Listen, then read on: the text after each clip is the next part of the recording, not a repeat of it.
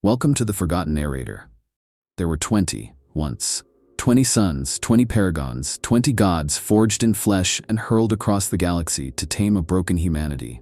The Emperor, radiant in purpose and tyrannical in love, crafted each one to rule a portion of his dream. The Great Crusade was to be their symphony, each legion a chord in a divine harmony. And yet 2 chords were stricken from the score, 2 names swallowed by silence, 2 banners torn down and ground into dust. We remember the fallen, the traitors, even the damned. We remember the fire-wreathed rage of Angron, the perfumed lies of Fulgrim, the blind betrayals of Horus. But what of the forgotten? What of the ones who were not allowed to fall, only to vanish? The 2 and them legions are not merely missing. They are censured, annihilated from record and reverence alike. No statues, no wars, no honors, only scars in the stories of their brothers, awkward silences where names should be. A mystery older than the heresy itself. A wound deeper than the Eye of Terror.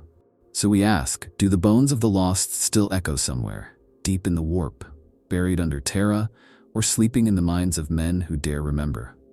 Let us journey into the shadow of that silence. Let us walk where archivists fear to tread. There is a cruelty to silence when it comes from a god. The Emperor, in all his calculated genius and iron-fisted vision, did not simply lose 2 sons. He chose to erase them. He did not grieve them, did not bury them in marble or martyr them in flame. He reached into the marrow of history and wrenched them free, leaving a void so precise, so absolute, it could only have been crafted by divine intent. This was not loss. It was purgation. To understand why the Emperor would go so far, we must confront the uncomfortable truth that the architect of mankind feared something. Not just failure, for many of his sons would fail. Not just rebellion, for half would turn their blades against him. What he feared, perhaps more than anything, was a challenge to the illusion of perfection he had wrapped around his dream. And nothing shatters perfection like a mistake too large to hide with war honors or gilded lies. The Emperor's silence on the Second Seth legions is an indictment of their importance. One does not erase what is trivial. The magnitude of the purge suggests that these 2 Primarchs and their legions touched a nerve so vital to the Emperor's plans that their continued existence threatened everything. The erasure was not just tactical, it was spiritual. It was an act of narrative murder. It declared, they were never yours to remember. We see this echoed in the way imperial records behave like grieving relatives at a wake where no name may be spoken. Where there should be mention of the Second Legion's conquests, there is nothing. Where the 11th's gene seed might be analyzed, there is ash. Even the meticulous indexes of the Mechanicum, those cogs and archivists who cataloged everything down to ammunition quotas, yield only redacted voids where the lost legions should reside. This silence is made doubly eerie by the Emperor's usual tolerance for failure. He allowed Lorgar to live after corrupting an entire culture into worship. He forgave Magnus, briefly, after a warp-rending betrayal. Even Angron, a walking war crime, was permitted to stain the Great Crusade with his fury. But the Sigurd and the Lefs, they were not forgiven. They were unmade. And what of the political implications? The Imperium is not merely a war machine. It is a narrative machine. Its myths, its saints, its rituals are all curated to maintain a psychic fortress around the imperial truth. The disappearance of 2 entire legions from that narrative reveals a terrifying thought, that the Emperor did not merely prune his vision, he was forced to amputate it. Not just once, but twice. This raises the possibility that the 2 and Zulens were not just aberrations, but reflections. Perhaps they embodied parts of the Emperor he could not accept. Too much independence, too much doubt, too much humanity. And in a universe where myth and memory intertwine with power itself, to allow their stories to survive might have introduced contagion into the very soul of the Imperium. Consider this. If the Lost Primarchs had committed acts so monstrous, so heretical, that they endangered the spiritual cohesion of the Great Crusade, why were those acts not paraded as warnings? Why not use their downfall to strengthen Imperial unity, as was done with Horus later? No, their crimes, if they were crimes, could not be weaponized. They had to be obliterated. This leads to another layer of horror. Perhaps their greatest sin was not rebellion, but prophecy. Perhaps they foresaw the heresy and attempted to prevent it, and were punished for presumption. Perhaps they questioned the divinity of the emperor, not as an insult, but as a plea. And in their questioning, they saw the cracks in the foundation long before they spread. Imagine the agony of being right too soon in a world where being right is not enough. The emperor, who spoke of unity while wielding division, may have feared what these two sons represented. Not failure, but insight. Not betrayal, but truth spoken before its time. A truth that could not be contained, only buried. So he buried it. And in doing so, he taught every archivist, every remembrancer, every scribe of the Imperium, that there are names not to be spoken, thoughts not to be inked, memories not to be held. That silence can be stronger than flame, that the past can be rewritten not by changing the story, but by burning the book entirely. The question then becomes, what price did he pay for that silence? And what if, deep within the Immaterium or under the vaults of Terra, that silence is cracking? There's a peculiar terror in the absence of data. In the Imperium, where the past is a sacred weapon and every page of history bleeds with glorified sacrifice, the lack of information is not neglect. It is violence. The archives of the Adeptus Administratum, the Library of the Adeptus Astartes, even the Cogitator Banks of Mars, all show the same phantom outline where the 2 and line legions should be. A number, a line, then nothing. It's in those very voids that the echo of the lost begins to take shape. Because these are not the absences of bureaucratic inefficiency. These are surgical deletions. Someone, somewhere, made sure the records of the 2 and wine were not merely forgotten, but gutted. This is not the dust of time. This is the knife of intent. Look closely and you start to see the patterns. In recovered Crusade fleet data, sometimes the sequential numbering of legions jumps with no explanation, from I to 3, skipping the second entirely. Campaign rosters from the Unification Wars list 20 legion placeholders, then later they don't. Remembrancer murals from early Terra show 20 distinct figures marching beside the Emperor. Later editions revise that to 18. Yet if one digs far enough into sealed Mechanicus databanks or deciphers corrupted astropathic missives from the Great Crusade era, there are whispers, half-seen mentions of the Thunder Sun or the Orphan Legion. Names, perhaps, or slurs. Then there are the accounts of the Primarchs themselves. Dorn once reportedly said, "We do not speak of the forgotten. It is not our place." Guilliman, ever the diplomat, supposedly dismissed questions with curt denial. But Russ hinted in one drunken moment that he had been tasked to end a brother. Whether in jest or as bitter confession, it remains one of the few lines in all Imperial record to survive direct censure. If these scattered clues are a trail, then what lies at the end is something the Imperium is not ready to confront. Because it's not just what's missing, it's who made it disappear. Only the Emperor had the authority to order such a thorough obliteration of memory.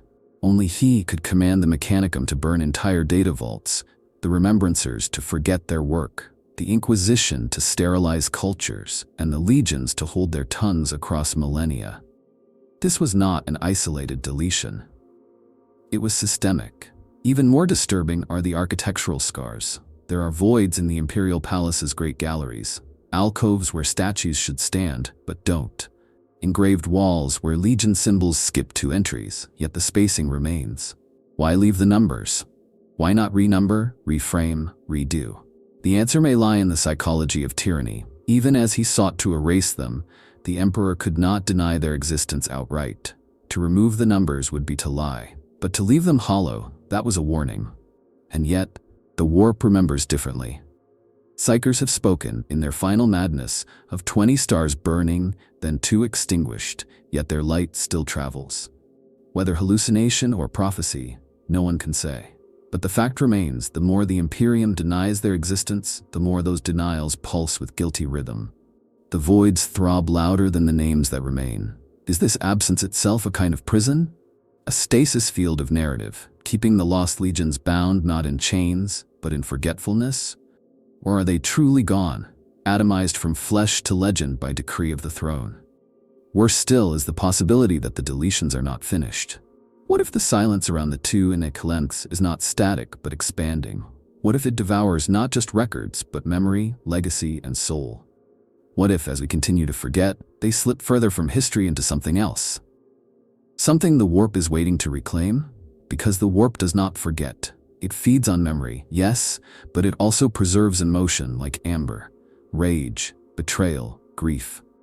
If the lost legions screamed at the end, if their primarchs cursed their father with the power of broken gods, then the warp would have heard. It would have remembered. And perhaps, when the silence is thin enough, it will whisper them back into being. For now, all we have are shadows where truth should be. Shadows meticulously crafted, maintained, and defended with zealous cruelty. But in a galaxy where even the dead can rise again in armor of gold or rust, how long can silence truly hold? There's a heaviness in the way the surviving Primarchs speak or don't speak of their lost brothers. Among the sons of the Emperor, silence is rarely gentle. It is a weapon, a shield, or a wound too deep to voice. The lost legions are not merely forgotten by the Imperium at large.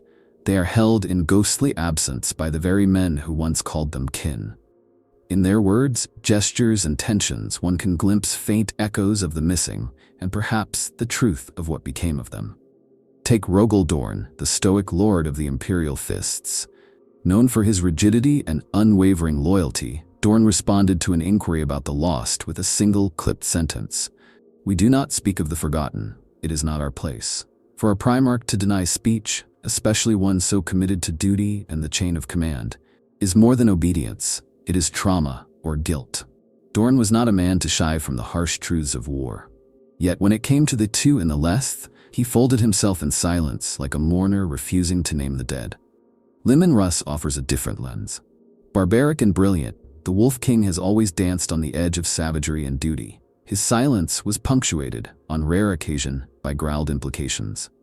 In a private council, reportedly overheard by his Wolf Guard, Russ said, "I do not regret what I was ordered to do. Only that it had to be done to one of our own." If true, this is a devastating admission. That Russ was the Emperor's executioner is well known. That he might have been used to slay a brother before Horus, that chills the blood. Not out of loyalty to the lost, but because it reveals the Emperor's willingness to use kin against kin long before the heresy erupted. Even Horus, the favored son, once reportedly said in an unguarded moment of melancholy, "We were 20. That was the dream. I remember when the sky felt full." That line, whether real or apocryphal, drips with nostalgia and grief. If Horus before his fall felt the absence of the lost, it speaks volumes about the bonds that once existed. For the War Master to feel the pang of that absence suggests the lost were not unknown strangers, but brothers once cherished. Then there is the strangest case of all, Corvus Corax. Shadowy and haunted, Corax's relationship with the other Primarchs was always strained, but in one of his few surviving writings, he mentions a shadow that was brighter than flame and so had to be smothered. Interpretations vary wildly, but among the theories is the belief that he was referencing one of the lost, perhaps a brother whose methods mirrored his own, but who went too far. Or more chillingly, one who exposed something the Emperor needed buried. Corax, who would later vanish into the warp-hunting demons alone, might have seen in the lost a reflection of what he feared to become. The behavior of other Primarchs is more ambiguous, but the emotional undercurrent is consistent. There is no mourning, no ritual remembrance, no curse or blessing, just absence. The way Vulcan looks away when asked about the early days. The way Ferrus Manus avoided any mention of the earliest campaigns, as if something there was too bitter to retell. Even Guilliman, with all his exactitude and pride in Legion order, has never reconstructed the tale of the lost into his precious Codex Astartes.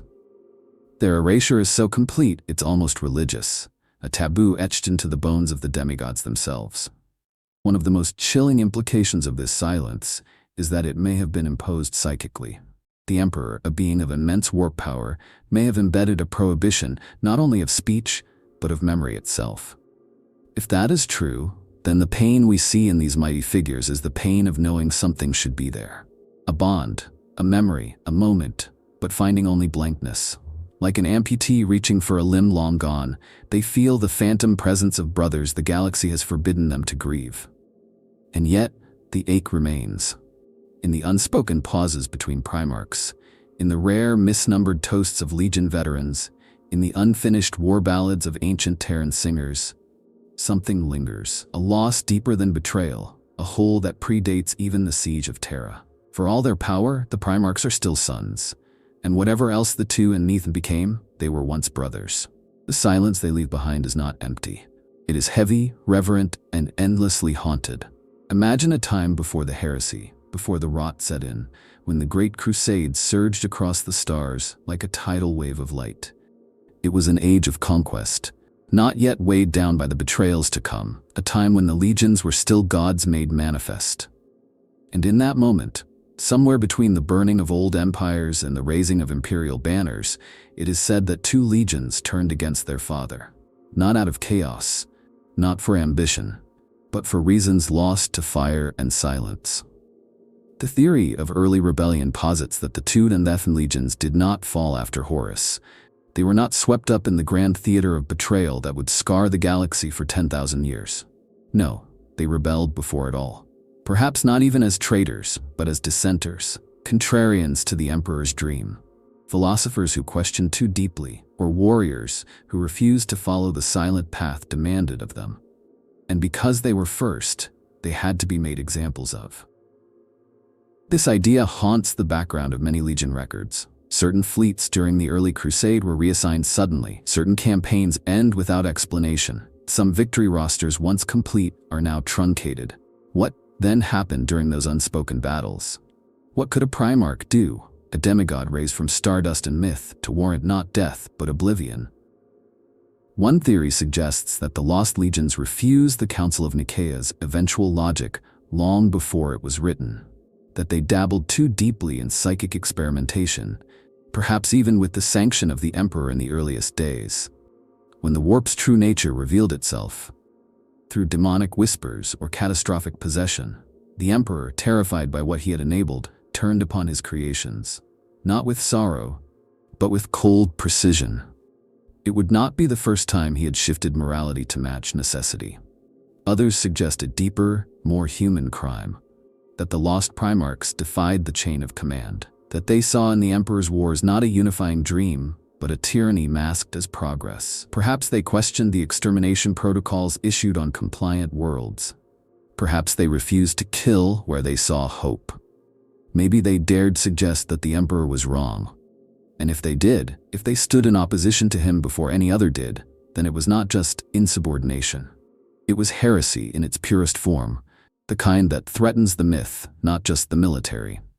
If they turned their legions away from conquest, perhaps even sheltered civilizations that resisted Imperium compliance, then they would not just be dissenters, they would be apostates to the imperial truth itself. And so, the theory continues, the hammer fell. The brutality of early imperial discipline cannot be overstated.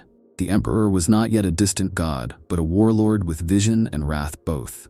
He had used gene forging, psychic dominance, and cultural annihilation to build his empire. The two and Lext, as prototypes or extremes among the Primarchs, might have been experimental in ways we cannot imagine. If they failed, ideologically, genetically, or spiritually, then their punishment was not just death. It was extinction. This idea is supported obliquely by the actions of the surviving legions. When the Horus heresy erupted, some Primarchs seemed familiar with the concept of turning on the Emperor, not with shock, but with weary familiarity, as if they had already lived through the pain of a brother's fall, and yet they never named those earlier wounds. If true, then the early rebellion of the Lost Legions was the trial run for the heresy itself, a quiet civil war before the storm. A secret that, if known, would have cracked the illusion of imperial unity. The heresy would no longer be a unique event, but the second time sons had turned against the father. That kind of knowledge would be corrosive. It would invite doubt into every chapel of the Imperium, so the truth had to be sealed away. Even among the Inquisition, certain Ordo Obscurus scrolls reference the twin betrayal, suggesting not a single moment of fall, but two. One seen, one unseen. One punished in fire, the other punished with silence. It is said that these records are kept locked behind psychic seals, guarded by agents who do not know what they protect. If these early rebellions did occur, then the erasure of the two in Lems was not an act of vengeance, but a sacrament, a purging of narrative, a rewriting of fate before fate could write itself. And perhaps that is the most terrifying idea of all, that history did not begin with Horus, that the rot was always there behind the thrones and banners and golden laurels, that before the storm there was a whisper, and the emperor silenced it with fire and forgetting. In a galaxy ruled by flesh, wrought into steel, and spirit locked in armor, the most heretical notion is not disobedience, it is imperfection. The emperor, architect of the Astartes, did not craft suns lightly. Each Primarch was a weapon and a symbol, a walking ideology encoded into bone. Yet the lost legions, so thoroughly erased, provoke a question no one in the Imperium dares voice. What if the emperor failed? Among the most persistent theories about the two Ensiath legions is that they were genetic aberrations, flawed not in soul or choice, but in design. Not traitors, not rebels, but monsters. Consider the process that birthed the legions. The gene seed of the Astartes was not a stable science. It was an arcane fusion of biomancy, psychic patterning, and divine madness. Even among the surviving legions, mutation and instability are common. The Blood Angels suffer from the Black Rage and Red Thirst, echoes of Sanguinius' final fury. The Space Wolves must constantly battle the Canis Helix that urges them toward lupine savagery. The Flesh Tearers are barely sane. The Thousand Suns decayed into dust before Magnus ever turned to Tzeentch. What then might have gone wrong in the earliest experiments? What flaws might the Emperor have seen growing within the Teutons Aleph that even he could not control? Some say one of the lost legions developed a form of hyper-adaptation, a genetic trait that allowed them to absorb and evolve traits from defeated enemies. On the battlefield, they became living weapons, shifting and adapting like viruses. But with every victory, they grew stranger, more alien, less human. In time, perhaps they became so mutated, so fundamentally altered, that their existence threatened the definition of Astartes itself. They may have become a legion of chimeras, grotesque, perfect predators that horrified even the Mechanicum. Others propose that psychic instability was at the heart of the flaw. That one or both of the lost Primarchs carried within them an uncontrollable resonance with the warp. More than Magnus, more than any sanctioned psyker. Not just seers, but amplifiers, warp fonts. They might have bent reality around them unintentionally or otherwise, warping entire planets with their mere presence. Such a legion would have been immensely powerful, yes, but also a beacon for demonic attention. Perhaps one of the lost was not consumed by chaos, but consumed by himself. Then there is the heretical theory whispered even among rogue biologist enclaves, that one of the lost Primarchs attempted to fix his brothers, that he saw their flaws, Angron's uncontrollable rage, Mortarian's bitterness, Lorgar's faith, and sought to correct them through direct genetic manipulation. A Primarch who viewed the others not as equals, but as experiments. Such arrogance would not merely threaten imperial cohesion. It would provoke the wrath of the Emperor himself, because only he was allowed to be God and surgeon both. In these theories, the flaw is not moral, it is existential. The lost legions represent a mirror the Emperor dared not look into, a reflection of his own limitations. If they were flawed, then he was flawed. And in a regime that runs on perfection, that kind of failure cannot be tolerated, it must be buried. But there is another, deeper horror. What if the flaws weren't accidental? What if the Emperor, in his desperation to accelerate the Primarch project, pushed too far? Used Xeno's biomatter, demonic substrates, or forbidden psychic constructs to fill in the blanks of incomplete science? What if the Teutons vines were sacrifices, prototypes that had to burn so the rest could rise?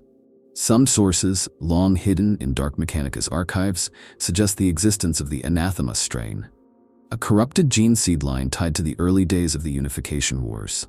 These experimental Astartes exhibited traits of warp sensitivity, accelerated aggression, and unpredictable physical mutation.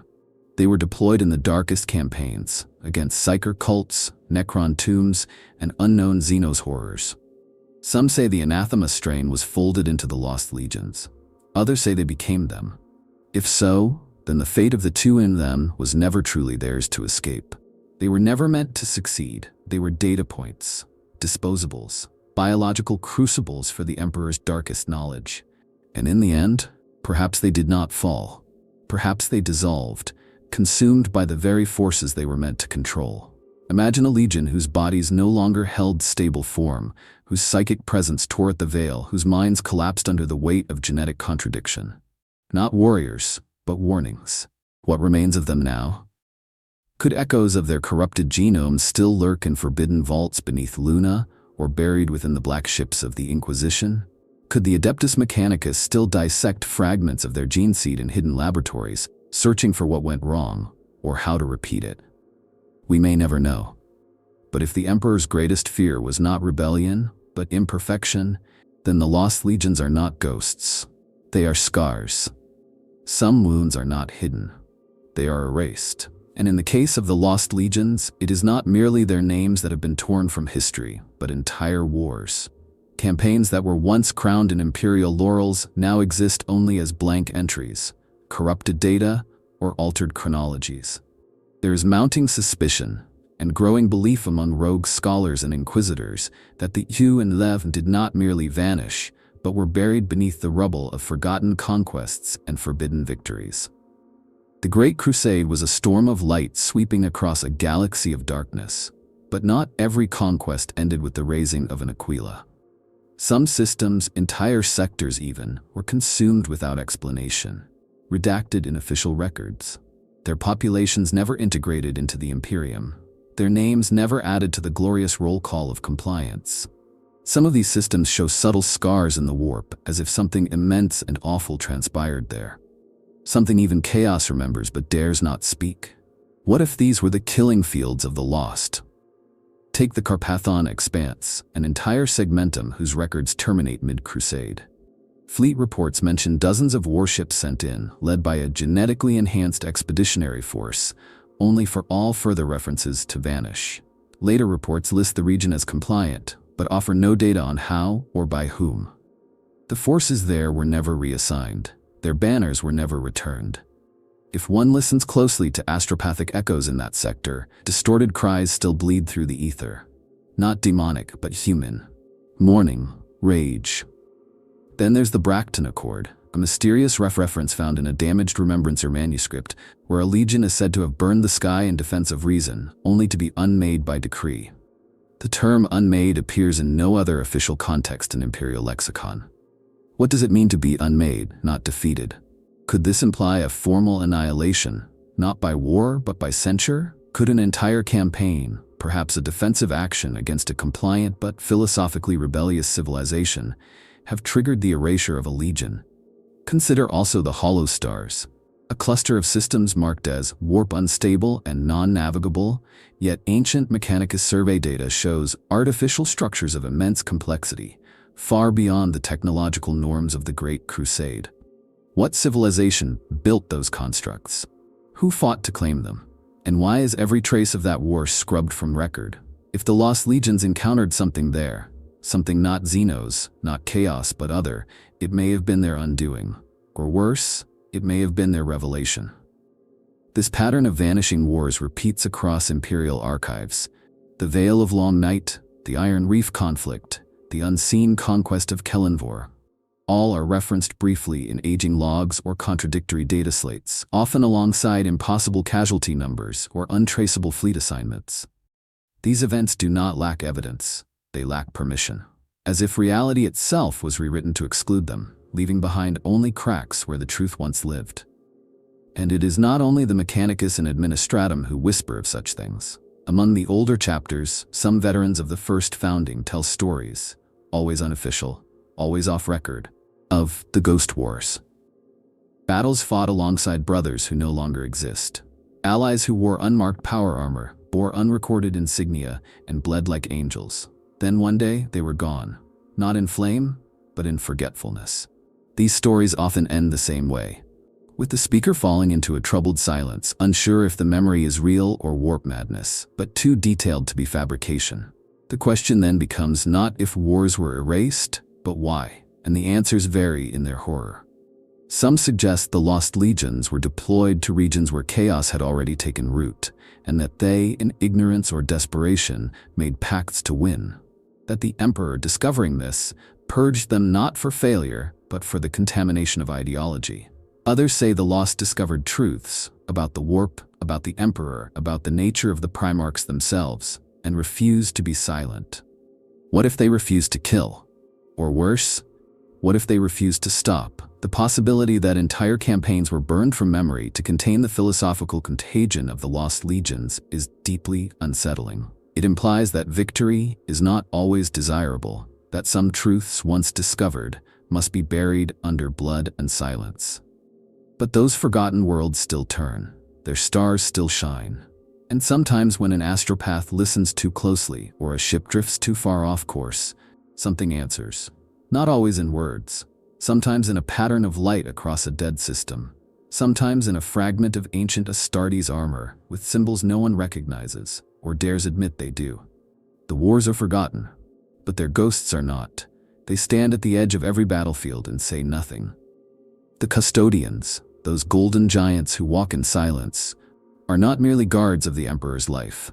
They are his memory, his blade, his executioners when the sword must fall, not in fury, but in regret.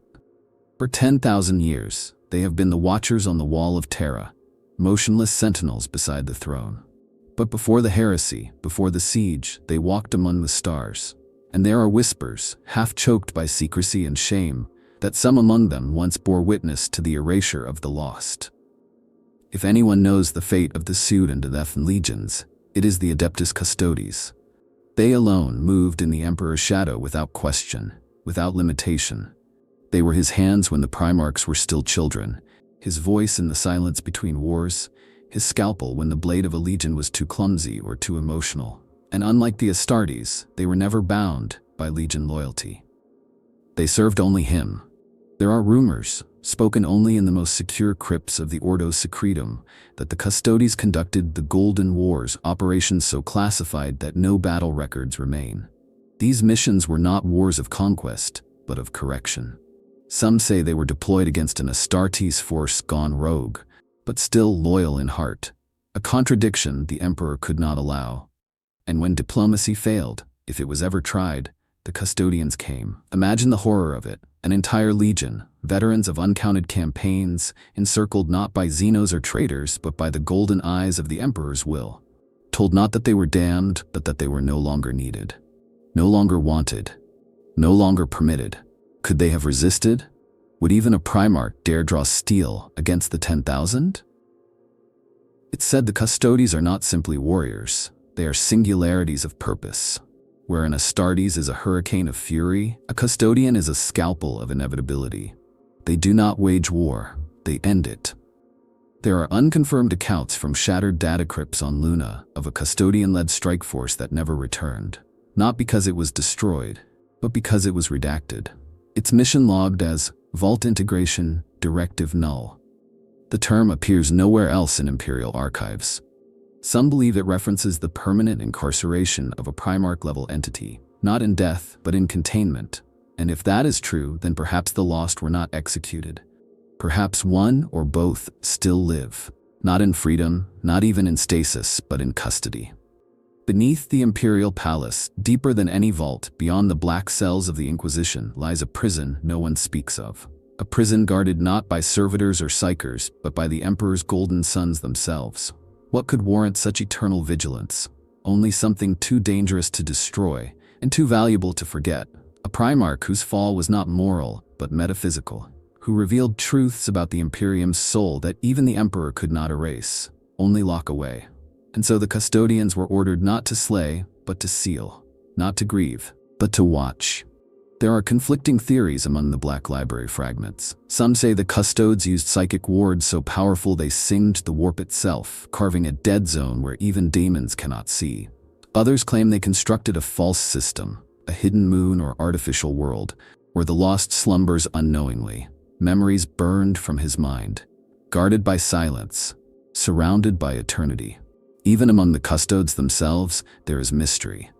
Veterans of the Great Crusade, those few who survived the heresy and still walk, speak in riddles about a time when they lost one of their own to a cause not meant to be. Whether this refers to a brother slain, a truth swallowed, or an ideal sacrificed, no one can say. But there's one tale, buried in the non-vaults of the Silent Chamber, that speaks of a custodian who abandoned his post. Not from cowardice, but from conscience, who broke his vows and vanished into the stars, whispering, "We are not his angels, we are his jailers." That custodian was never seen again. Some believe he walks still, seeking to undo what was done, to find the lost, to set them free.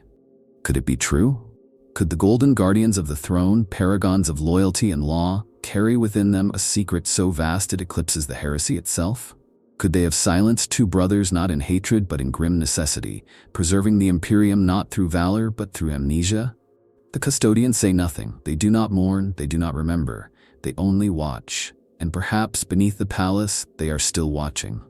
There is a secret language in madness, a poetry spoken by the damned, the broken, and the gods that once were men. If you listen closely to the whispers of chaos, truly listen, past the insanity and the ritualistic madness, you will hear it. Not just the names of Horus, Fulgrim, Magnus, and Angron, but others. Lost names. Forbidden names. Names that bleed when spoken. The demons remember. In the howling madness of the warp, memory is not bound by record or decree. It is emotion, raw and eternal. And if two legions were torn from the tapestry of history, it is only in the immaterium where their threads might still remain. Not in clarity, but in echo. And those echoes, terrifying and beautiful, still reverberate. Some of the oldest demon princes speak in fragments. Fragments of pain. Fragments of reverence. Caranthus, the ever-mourned, a creature of the Prince of Excess, once muttered through cracked teeth. The twin sun burns still. One red, one white. One screams in silence, the other sings in fire. No scholar has ever decoded this completely. But among radical inquisitors, this is interpreted as a reference to the lost Primarchs. Perhaps one consumed in fury, the other ascending into daemonhood, or worse, into something new. Then there is the Book of Glass Teeth, a heretical tome recovered from the ruins of a word-bearer cult. Within its fractured pages is a litany titled The 18 Known and the 2 Cast Aside. It describes a brother who walks backwards and a son who feeds the dead stars. Are these poetic inventions, or are they residual warp impressions of Primarchs exiled into realms where even gods dare not tread? Some Chaos Space Marines, particularly among the more ancient warbands, carry symbols not found in imperial or traitor lexicons, glyphs that appear only in the most forbidden archives of pre-heresy linguistics. They are worn like scars. One, seen on the shoulder of a Black Legion Terminator, known only as Vraxon the Hollow, appears to be a bisected Aquila, one inverted, one severed. When questioned, reportedly said, "He will rise when the Forgotten scream as one, he will bring the second judgment." Even the ruinous powers themselves, capricious and contradictory, seem to acknowledge the void, not directly, but in their silence. Tzeentch, god of change and knowledge, has never revealed the fate of the lost. That is not oversight, it is intent. It suggests the story of the lost is not merely secret. It is active, still moving, still dangerous. The warp holds no fixed time. All moments are now, all possibilities are real.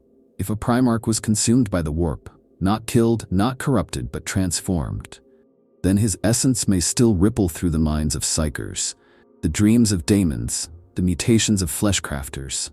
It may even be that one of the lost descended into a form not bound to any one chaos god, a paragon of contradiction, a new power, nascent, watching. Imagine a being of Primarch potency who rejects both Emperor and Chaos alike, neither daemon nor martyr, but a sovereign force born of annihilation and memory. Such a creature would be anathema to both the Imperium and the ruinous powers. Both would seek to erase him, one with silence, the other with madness. There are stories among the traitor legions of the one who weeps in starlight, a figure who appears on cursed battlefields in the moment of greatest despair, not to offer salvation or damnation, but choice. To Ultramarines, he is a vision of ash. To Night Lords, he comes with the face of a brother long dead. To the Thousand Suns, he is a question wrapped in golden fire. No one agrees on his form, but all agree on one thing: he should not exist. And yet he does. If one of the lost found refuge in the warp not as a slave but as a wanderer, what would he become? What philosophy would he embrace? What army might he build? An army of echoes, of broken Astartes, failed clones, forgotten mortals, a legion of the unremembered. Perhaps this is why the Imperium fears to speak their names. Not because they are gone, but because they are not. Because their bones rattle in the soul of the warp. Because their screams still shape dreams. Because they might return. Not to wage war, but to undo the lie of the Imperium and the blasphemy of chaos both. And perhaps they are watching still, waiting for the day the galaxy is silent enough to hear their footsteps. They never really died, at least that's what some say. Not in whispers, not in prophecy, but in fear. Among certain rogue elements of the Inquisition and a few ancient Astartes, there circulates a belief so dangerous it is not even written, that one or both of the lost legions still exist, not as myths or echoes, but as warriors, as a legion, as survivors. The theory of survival is not born from wishful thinking, but from anomalies, too many to ignore. The Imperium is vast, impossibly vast, and not even the Adeptus Terra can account for every system, every signal. There are regions of space shrouded by warp storms or lost to stellar drift, where even time forgets to function. Whole sectors have vanished from contact only to return decades or centuries later, changed, broken, or bearing scars that should not be. Within the Segmentum Obscurus, there's a system known as Drekhal Prime, long believed to be a dead star. But twice in the last millennium, astropathic screams have emanated from its void, not random, but structured.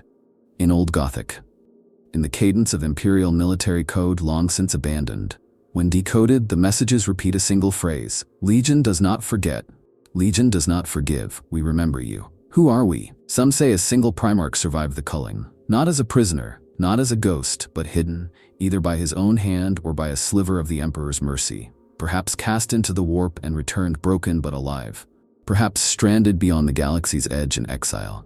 Maybe even granted a secret exile, a deal made in blood and tears. You will not be killed, but you will be removed. Your legion, your name, your memory, erased. In return, you will remain silent, forever. But what happens when forever ends? Rumors exist of a fleet seen only in fragments, its ships bearing no markings, its warriors clad in gray or unpainted ceramite. No heraldry, no voice. They do not conquer. They do not speak. They arrive, purge chaos infestations or orc infestations, or even imperial corruption, and vanish. Survivors describe warriors with eyes too old for their bodies, with tactics that feel ancient, pre-heresy, as if they were taught by someone who knew the Emperor before the lie of his divinity. As if they remember. The Eldar speak of the Legion of the Void. They do not fear them, but they do not engage.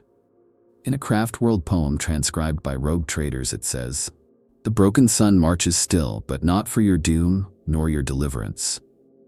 A being outside the doom cycle of chaos and the stagnation of the Imperium, something in between, something ancient, something waiting. If such a legion exists, then their purpose is as unknowable as their origin. Are they preparing for war? Are they watching for the collapse of the Imperium, waiting to strike from the shadows and shape something new? Or are they hunting? Searching for their lost brothers, for the truth of their exile, for revenge?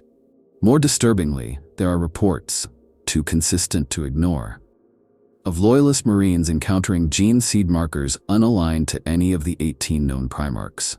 This is not conjecture. These are field reports, examined and then destroyed by inquisitorial mandate. Gene stock that is clean, stable, and unregistered. Where did it come from? Who grows it? And why is it being used? If a hidden legion survives, then so too must the infrastructure that supports it. Apothecarian, armories, fleet yards.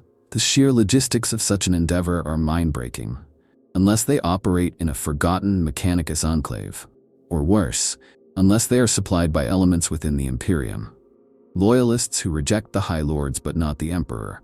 A conspiracy of silence stretching back to the Great Crusade, maintained by those who believe that the lost legions were not damned, but wronged. The final horror of this theory is simple. What if they're not returning as friends? A legion erased, exiled, hunted across time and memory. Who would they be when they returned? Not heroes, not monsters, but something far more dangerous. Something with a vendetta not just against chaos, but against the Imperium itself, against the Emperor, against all who let the erasure stand. Because time in the warp is cruel, it bends minds, stretches pain, warps identity. Even a son who once loved his father can return as a thing of silence and steel. A thing that remembers everything and forgives nothing. If they return, they will not announce themselves. They will not cry vengeance. They will arrive when the galaxy is weakest, when the stars burn out, when the throne is empty, when hope is too brittle to hold. And then, perhaps, the lost sons will show us what a legion without mercy truly looks like. There is a theory that should not exist. It suggests that the lost legions were not failures, not corrupted, not dangerous, but right. Not in the sense of victory or might, but in their clarity of thought. Their rejection, their disappearance, their erasure was not the result of failure, but of success. Success in seeing what others could not. Success in understanding the lie at the heart of the Great Crusade. This theory, whispered only in the deepest archives of the Ordo Redactus and among the most heretical remnants of the Black Library, proposes a staggering claim that the Tu and Leth Primarchs did not betray the Emperor. The Emperor betrayed them. To consider this, we must first cast off the armor of myth and examine what the Great Crusade truly was. Not a liberation, but a conquest. Not unity, but domination. Worlds that joined willingly were often reshaped, stripped of culture, forcibly converted to the imperial truth. Religions were burned, philosophies erased. Compliance was not peace, it was surrender. What if one of the lost Primarchs rejected that? What if he saw in the crusade not glory, but genocide, not brotherhood, but indoctrination? And what if he refused to carry that vision forward? It is easy to imagine such a figure. A Primarch raised in a society of intellectuals, scientists, or poets. A place where the Emperor's message clashed with deeply held truths. A Primarch who, unlike his brothers, sought not war, but understanding. Who believed that humanity's survival lay not in tyranny, but in mutual respect, with itself, and perhaps even with the Xenos. Such a stance would not merely be radical, it would be heretical. Even more so than Horus's eventual rebellion, because it would not be born of pride or vengeance or corruption. It would be born of reason, and reason is far harder to fight. What if the Primarch presented his argument directly to the Emperor?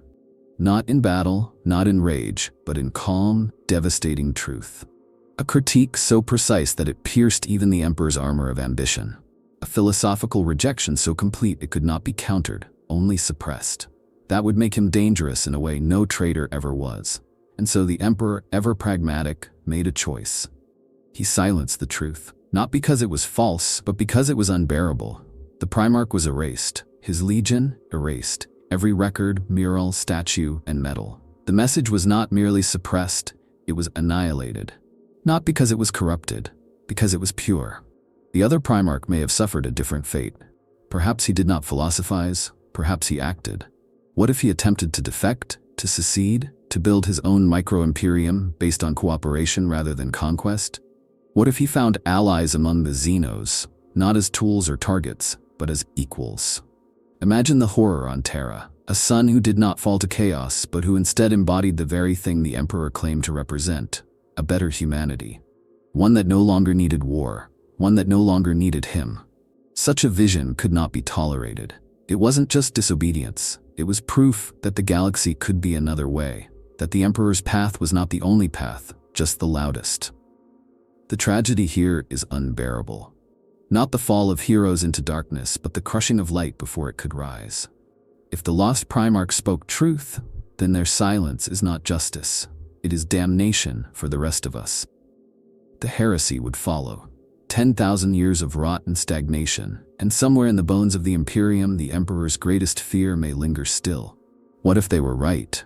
What if the future he tried to prevent, the future of independence, reason, tolerance, was the only one that could have saved humanity? Perhaps the lost legions were never lost. Perhaps they were sacrificed, not for what they did, but for what they believed. And that, above all, is why they can never be remembered. Because their return would not be a war. It would be a reckoning. A moment where the Imperium would have to face its original sin. Not the heresy, not chaos, but the silencing of wisdom.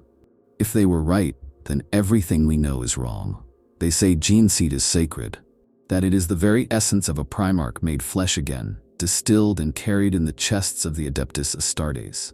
That each chapter is a spiritual echo of its founder, their fury, their flaws, their fate. But what happens when a gene line survives without a name?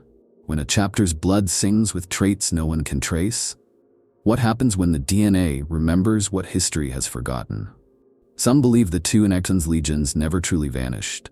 Not entirely.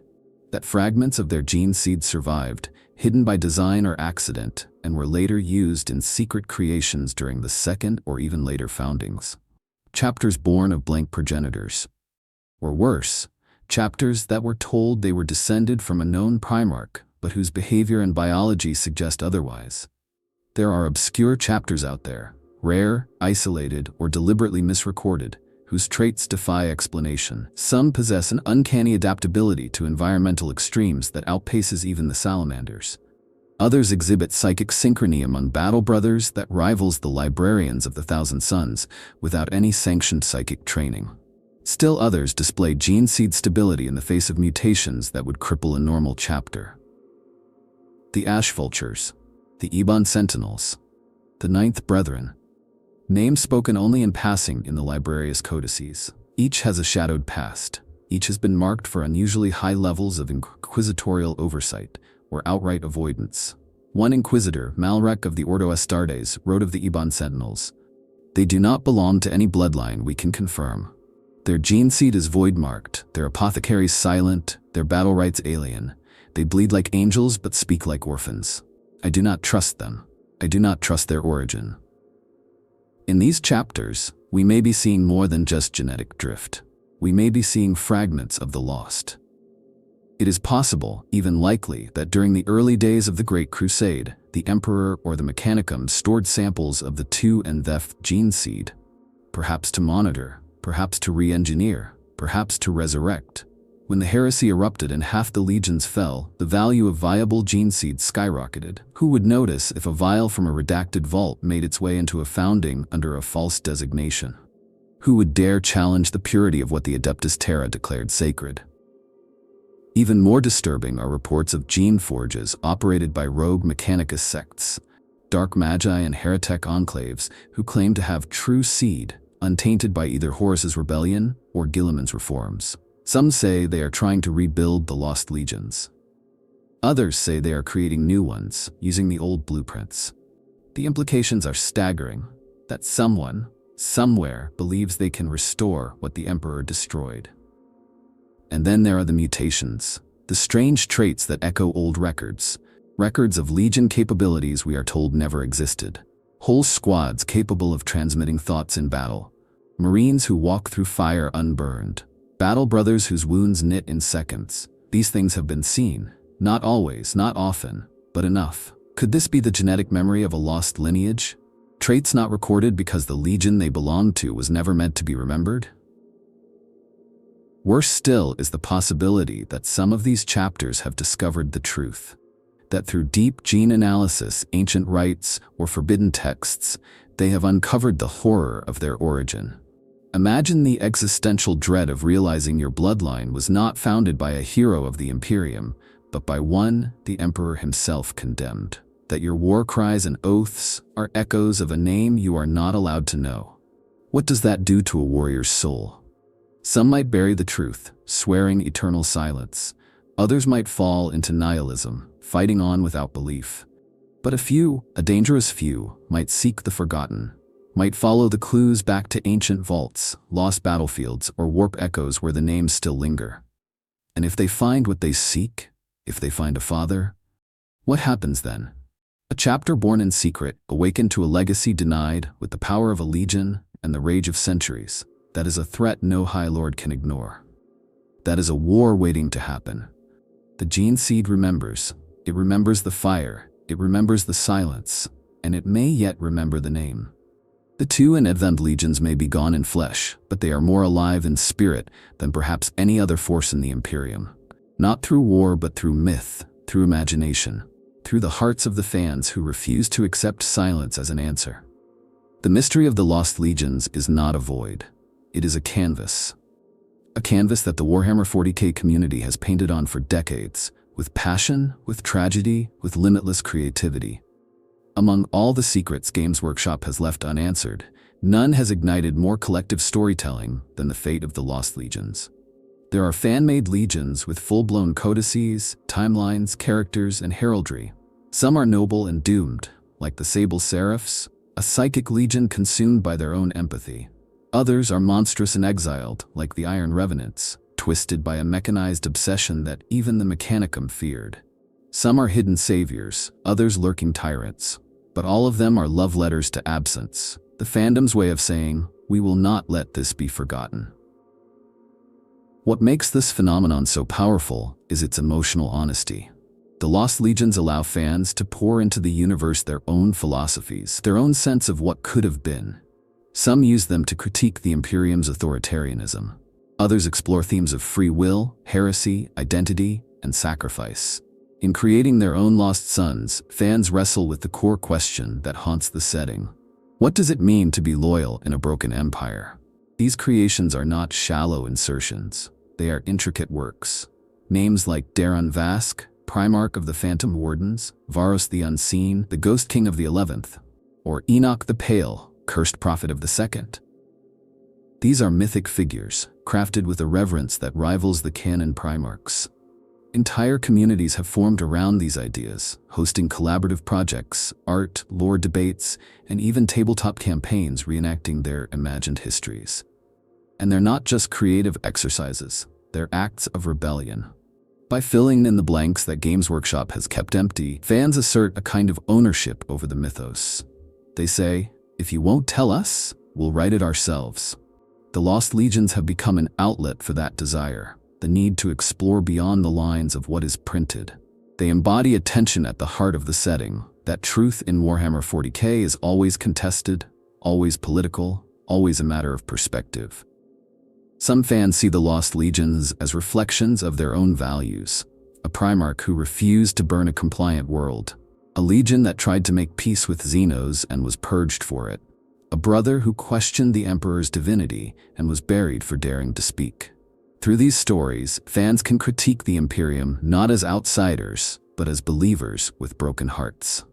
Others revel in the horror. They create legions that were erased because they were too terrible to survive. A legion that worshipped death itself. One that cloned its own Primarch.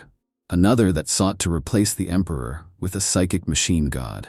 These are not just shock value ideas. They are deep explorations of what happens when absolute power creates monsters and then hides the evidence.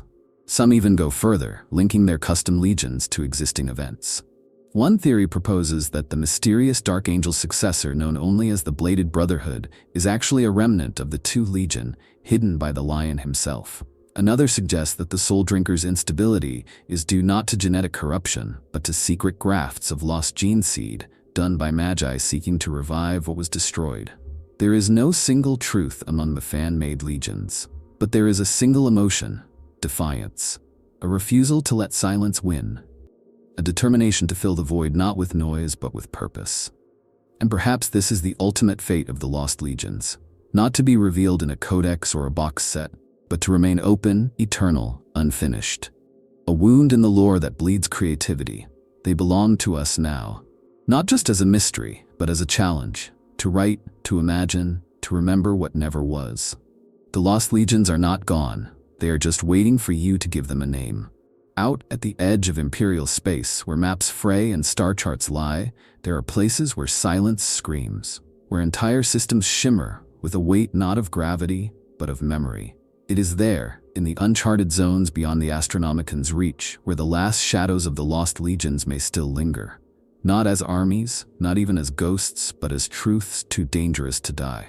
There are reports, always second-hand, always buried, of ships emerging from the void, damaged, disoriented, but speaking of statues with unfamiliar faces on dead worlds.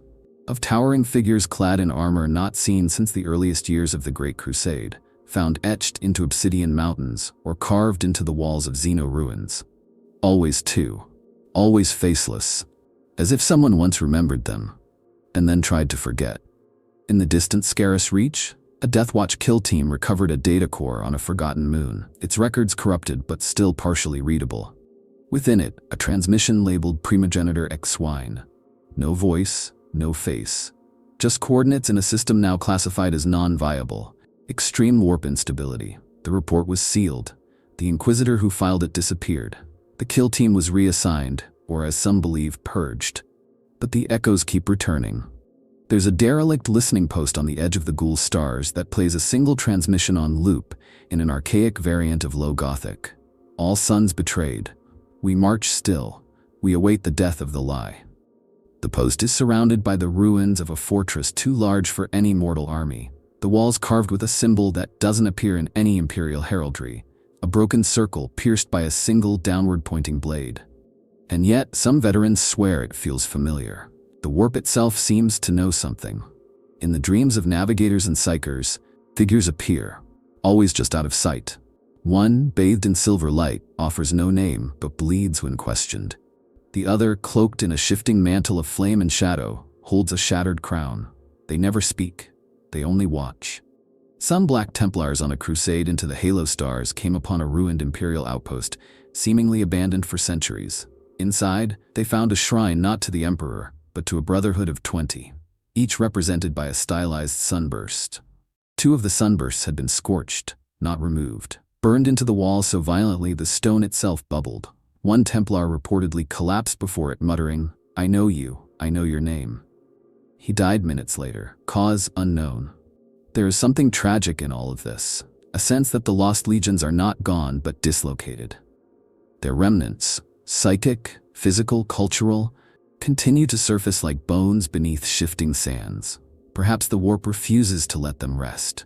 Perhaps the galaxy itself remembers what the Imperium does not. And if they are still out there, hidden, dreaming, waiting, what are they waiting for? There are theories that the lost were never truly destroyed, but scattered. That a warp breach, a failed psychic experiment, or even the Emperor's own hand cast them out. Not into death, but into some parallel strand of reality. A pocket of the immaterium where time bends differently. Where a legion could wait 10,000 years and emerge unchanged, or changed utterly. Some even believe the lost legions have already returned, not as armies, but as ideas. That secret movements within the Inquisition, the Officio Assassinorum, or even the Black Ships themselves are led by descendants of the lost.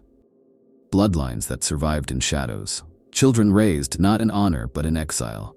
And now, as the Imperium cracks under its own weight, as Guilliman walks among the stars and the Primarchs stir, the time draws near. The truth may not be a revelation, it may be a return. Imagine a ship emerging from the void, not marked by the Eye of Terror, nor the symbols of Terra, but something new, something old. A legion reborn. No allies, no declarations, just a cold, formal message.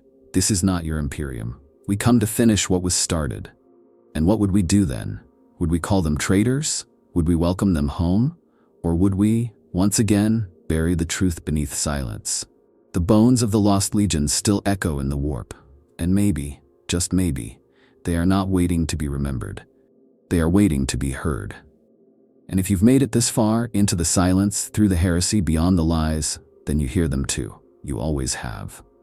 And if you want to keep walking with us into the dark, into the forgotten, into the truth that dares speak without a name, then subscribe. Stay close, because some stories will never be told by the Imperium. But we'll tell them anyway.